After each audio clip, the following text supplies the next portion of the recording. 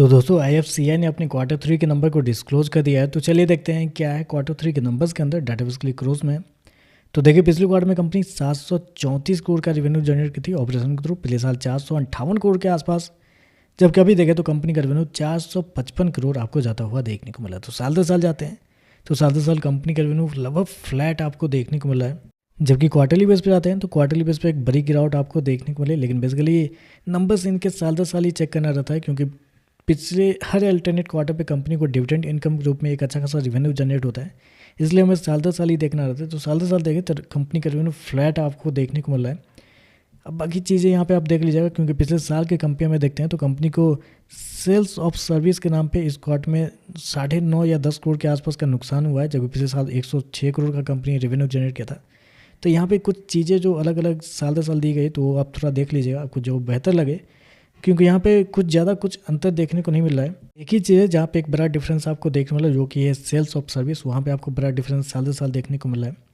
खर्चे की बात करते हैं तो देखिए पिछले क्वार्टर में कंपनी का 370 करोड़, पिछले साल 362 करोड़, अभी देखें तो 449 करोड़ आपको जाता हुआ देखने को मिला है। तो खर्चे भी देखें तो खर्चे भी कंपनी के बहुत ही ज़्यादा देखने को मिला है, क्योंकि रेवेन्यू अगर आपका फ्लैट है तो खर्चे भी फ्लैट होने चाहिए, लेकिन खर्चे बहुत ज़्यादा आपको देखने को मिला है, वो भी specially impairment on financial instrument. यहाँ पे देखें तो 140 करोड़ कंपनी ने यहाँ पे गंवाए हैं, जिसकी वजह से कंपनी के जो एक्सपेंस है बहुत ही ज़्यादा हाई आपको देखने को मिला है। चलिए कंपनी का प्रॉफिट क्या है वो देखते हैं।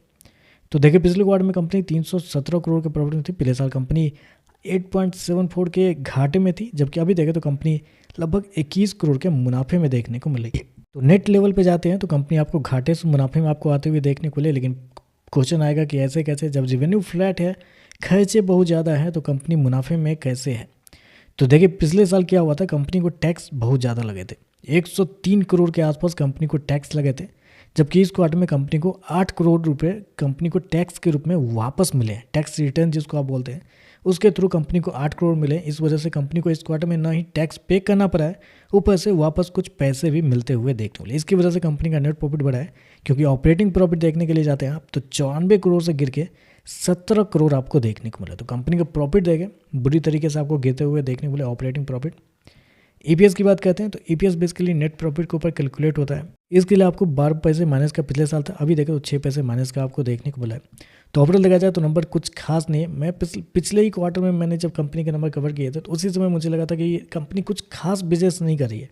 मतलब जिस कंपनी का बिजनेस टोटली कंपनी के डिविडेंड इनकम के ऊपर जनरेट होता है, फी कमीशन वमीशन के थ्रू होता है, तो वैसे कंपनी से थोड़ा दूर रहना ज़्यादा बेहतर है। अगर आपका निकलता है तो निकल जाइए, मार्केट ऑलरेडी अच्छा खासा करेक्शन मोड पे है, बहुत अच्छे खासे डिस्काउंट पे आपको मिल रहा है, तो वहाँ जाइए, वहाँ रिस्क लीजिए। इन शेयरों के अंदर क्यों बने रहना, क्योंकि कोई मतलब ही नहीं इन सारे शेयरों के अंदर बने रहने से, क्योंकि जिनका कुछ फ्यूचर ही नहीं, ऑपरेशनल इनकम है ही नहीं कंपनी का कुछ, तो ऐसे शेयरों से थोड़ा दूर रहे, वो ज़्यादा बेहतर रहेगा। क्योंकि 100 करोड़ के आसपास का इंटरेस्ट इनकम पे कंपनी काम करती है, तो बहुत छोटे लेवल पे कंपनी काम करी है, तो ऐसे से थोड़ा दूर रहे। कभी भी थोड़ा बहुत ऊपर नीचे होगा तो कंपनी घाटे में चल जाएगी, कभी मुनाफे में आ जाएगी, तो ऐसे सोच से थोड़ा दूर रहे, ज़्यादा बेहतर रहेगा। बाकी देखते हैं मार्केट इस पर कैसे रिएक्ट करता है। वीडियो पसंद आए तो लाइक कीजिएगा, साथ में साथ चैनल को सब्सक्राइब जो कीजिएगा। धन्यवाद।